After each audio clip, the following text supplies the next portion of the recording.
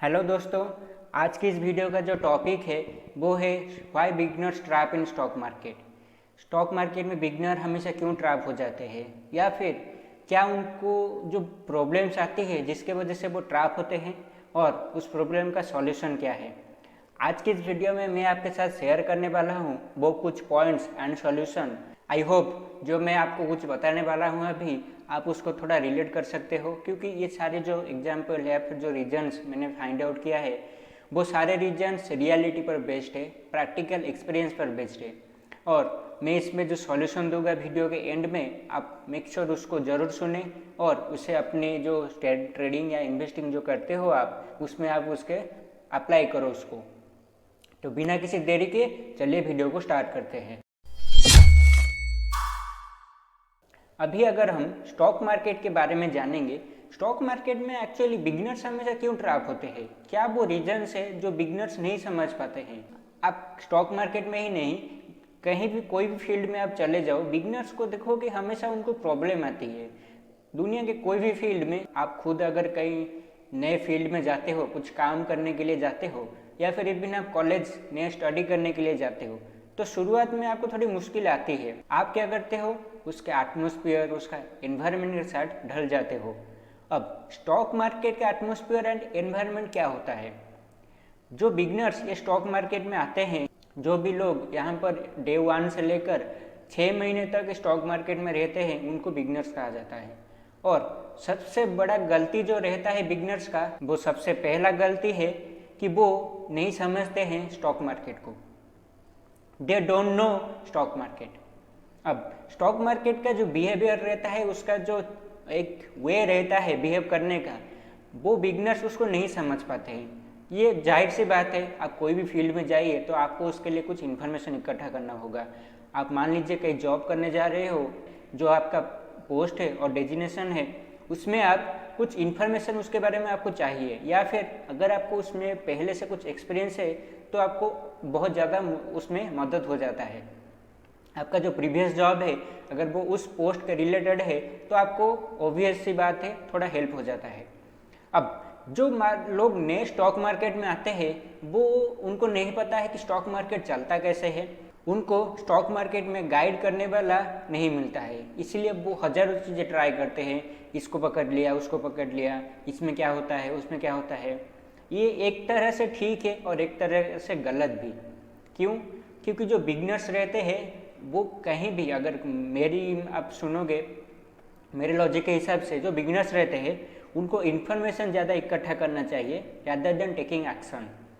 उनको एक्शन लेने से पहले उस जो चीज़ वो करने जा रहे हैं या फिर जो जिस चीज़ के ऊपर वो एक्शन लेने वाले हैं, जो डिसीजन बनाने वाले हैं, उनके उससे पहले उनको कुछ सोचना होगा। लाइक मान लीजिए अगर कोई स्टॉक मार्केट में इन्वेस्ट कर रहा है, कोई वो स्टॉक में कुछ खरीद रहा है, तो उससे पहले कुछ चीज़ें उसको जानना होगा कि मैं जो कंपनी को या फिर जिस कंपनी का स्टॉक को खरीद रहा हूँ उसके पीछे मेरा रीज़न क्या है।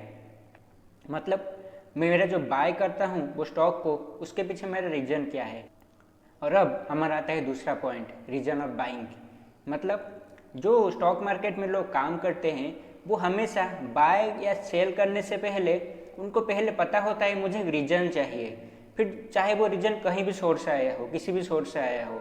कुछ लोग न्यूज़ को फॉलो करते हैं, कुछ लोग चार्ट को फॉलो करते हैं, कुछ लोग स्टोरी को फॉलो करते हैं।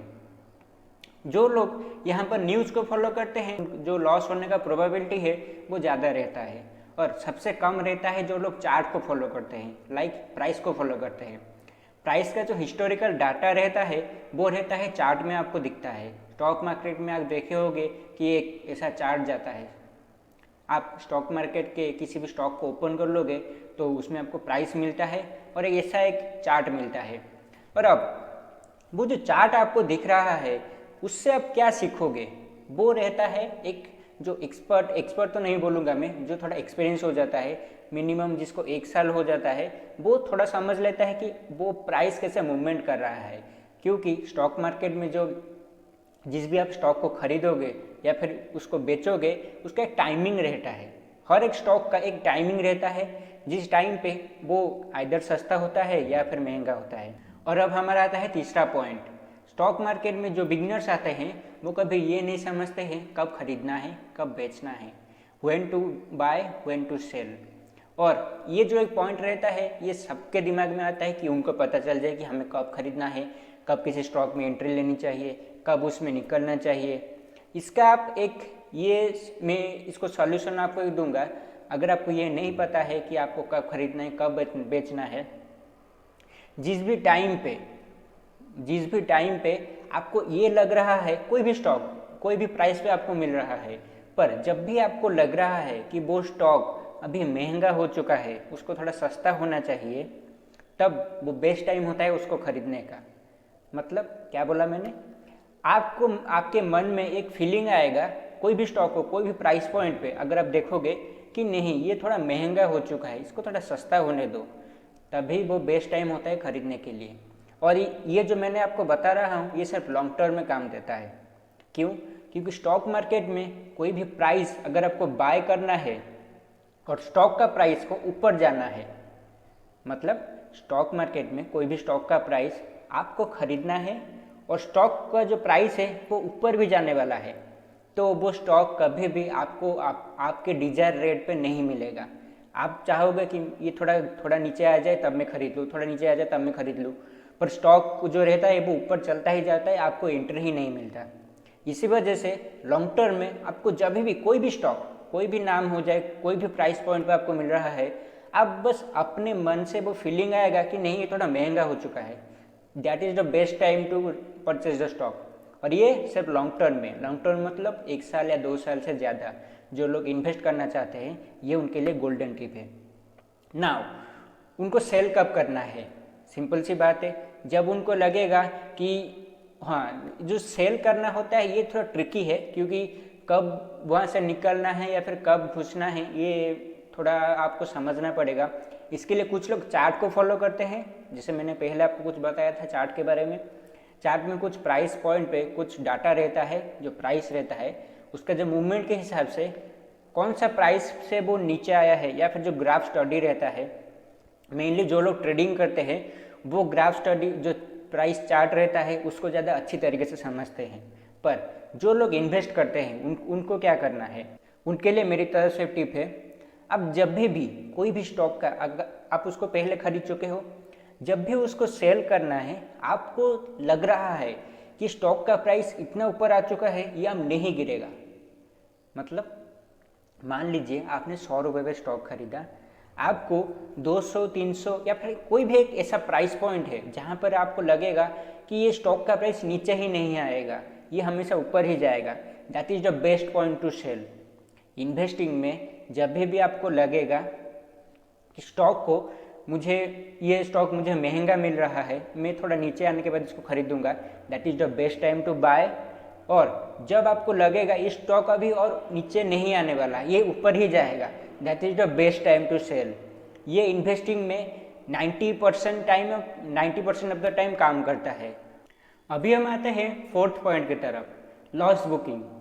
इसका क्या मतलब है, स्टॉक मार्केट में आपको कौन से प्राइस पर लॉस बुक करना होता है ये बहुत सारे बिगिनर्स को नहीं पता होता है।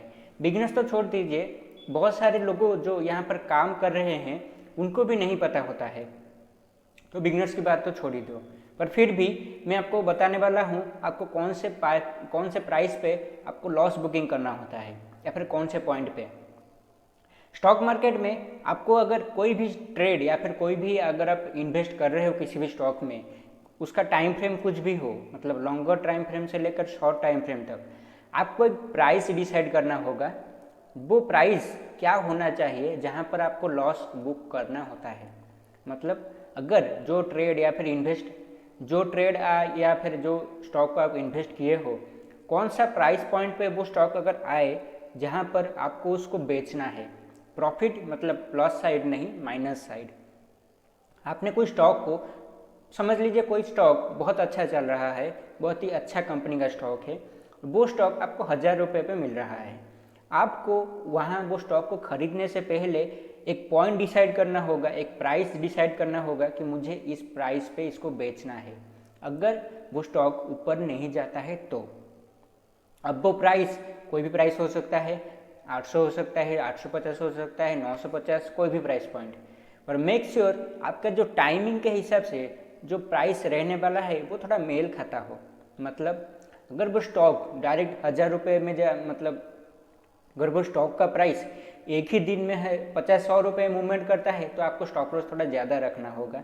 आपको जो प्राइस जो लॉस रहता है वो आपको 100-200 पॉइंट नीचे रखना होगा।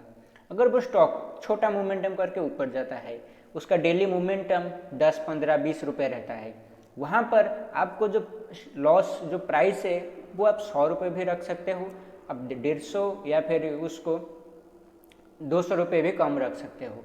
और ये बहुत इंपॉर्टेंट टिप है, जब भी स्टॉक आपको वो प्राइस पॉइंट पे आपको देखने को मिलता है, चाहे वो कोई टाइम फ्रेम में हो, मतलब वो आपने अगर 2 साल के लिए डिसाइड किया था मैं इसको होल्ड करूँगा, आपको 6 महीने में ही 800 या फिर 900 का लेवल आपको दिख रहा है, वो स्टॉक 800-900 पे अवेलेबल है, आप वहाँ से निकल जाओ। वो रहता है लॉस बुकिंग। अगर कोई स्टॉक को ऊपर जाना होता है तो वो नीचे का भी ज़्यादा टाइम तक रुकेगा नहीं। इस वजह से अगर आप 900 में निकले हो या फिर 800 रुपये में उसको बेच दिए हो, आपको उसमें 200 रुपये का लॉस हो रहा है और वो स्टॉक बहुत जल्द 1000 रुपये भी आ जाएगा। अगर उसको सच में ऊपर की तरफ जाना है और वो सबसे अच्छा स्टॉक है, सबसे अच्छा तो नहीं, अगर वो एक अच्छा स्टॉक है तो वो कभी भी 800-900 में नहीं रुकेगा, वो आपके कॉस्ट प्राइस से ऊपर जाएगा। मतलब जब भी वो स्टॉक आपको 1000 रुपये से ऊपर मिल रहा है या फिर 1000 के आसपास मिल रहा है, आप उसमें फिर से अपनी एंट्री बना लो, फिर से वो स्टॉक को खरीद लो और वो जो टाइम है आप फिर से 2 साल के लिए रख सकते हो। अभी यहाँ पर भी स्टॉप लॉस रहेगा, यहाँ पर भी आपका जो लॉस है वो आपके रिस्क के हिसाब से आप यहाँ पर रखोगे। जो लोग ट्रेडिंग करते हैं उनके लिए एक बेनिफिट पॉइंट यहाँ पर ये रहता है, वो प्राइस को फॉलो करते हैं, प्राइस का जो चार्ट रहता है वो उसको समझते हैं, इसी वजह से उनको एक पर्टिकुलर पॉइंट मिलता है जहाँ पर उनको वो बेचना होता है या फिर उनका जो टारगेट है वहाँ पर अचीव होता है। जो भी चार्ट ट्रेडिंग को सीखने के लिए टाइम नहीं दे सकता है, उसके पास ज़्यादा टाइम नहीं है, तो वो एक प्राइस डिसाइड कर लेगा कि मुझे इस प्राइस पे अगर स्टॉक आता है तो मैं इसको बेच दूंगा, और यहाँ पर अगर से ऊपर जाता है तो आपको टारगेट का भी प्राइस रखना होगा। तो ये था लॉस बुकिंग। नेक्स्ट हम आते हैं अपने 5वें पॉइंट की तरफ, जो रहता है कैपिटल। और ये सबसे मोस्ट एक्स्ट आप बोलोगे पॉइंट है कि हमारा स्टॉक मार्केट में कैपिटल कितना रहना चाहिए। स्टॉक मार्केट में जो लोग काम करते हैं या फिर जो स्टॉक मार्केट को जानते हैं वो हमेशा ये रिकमेंड करेंगे कि आप उतना ही कैपिटल यहाँ लाओ जितना, अगर जीरो हो जाए तो आपको कोई गम नहीं होगा, आपको कोई रिग्रेट फील नहीं होगा। बिगिनर्स इस बात को नहीं समझ पाते हैं, वो पहले ही ज़्यादा अमाउंट स्टॉक मार्केट में ले आते हैं, 50,000 1 लाख। अगर उसका मंथली इनकम ही 25-30 हज़ार है तो अगर उसके हाथ से 1 लाख रुपए चला जाता है तो बहुत ज़्यादा गम होता है। अभी जो बिगिनर रहता है उनको कभी भी 1000 रुपये, 5000, 10,000 इससे ज़्यादा अमाउंट उनको स्टॉक मार्केट में नहीं डालना चाहिए। अब कोई लोग होते हैं जो 100 रुपये भी स्टार्ट करते हैं, ठीक है, कोई प्रॉब्लम नहीं है, क्योंकि यहाँ पर जो पहले आपका जो अमाउंट है वो जितना ज़्यादा छोटा रहेगा आपके लिए उतना ही अच्छा है। क्यों? क्योंकि आप स्टॉक मार्केट का गेम जो रहता है, या फिर मैं गेम से याद है आपको एग्जांपल देता हूँ, जब आप क्रिकेट खेलते हो, आपके हर टाइम सिक्सर मारने की कोशिश करते हो, हर बॉल पर आपको कुछ खेलना होता है, आपको ये समझना होता है कि कौन से बॉल को छोड़ना है, कौन से बॉल को आपको डिफेंस करना है और किस बॉल पर आपको छक्का मारना होता है। जब आप इस गेम को, जब तक स्टॉक मार्केट में आप इस गेम को नहीं समझ लेते हो, स्टॉक मार्केट का जो प्राइस रहता है वो हमेशा ऐसे ही मूवमेंट करता है। हर स्टॉक आपको हर एक नए गेंद की तरह दिखेगा, कहाँ पर आपको कैसा बॉल को छोड़ना है, किसको आपको सिक्सर मारना है, ये आपको जब तक सीखने आपको नहीं मिलता तब तक आप यहाँ पर सबसे कम अमाउंट स्टॉक मार्केट में लाओ। जब तक आपको ये मालूम नहीं चलता कि स्टॉक मार्केट में जो गेंद रहता है या जो स्टॉक रहते हैं वो कैसे चलते हैं, किसको छोड़ना होता है, किस पर छक्का मारना होता है, जब तक आपको ये पता नहीं चलता तब तक आपको स्टॉक मार्केट में कम से कम कैपिटल लाना है। और वो कैपिटल जो भी आप अमाउंट इंट्रोड्यूस करने वाले हो, अगर वो जीरो हो जाता है तो आपको गम नहीं होगा।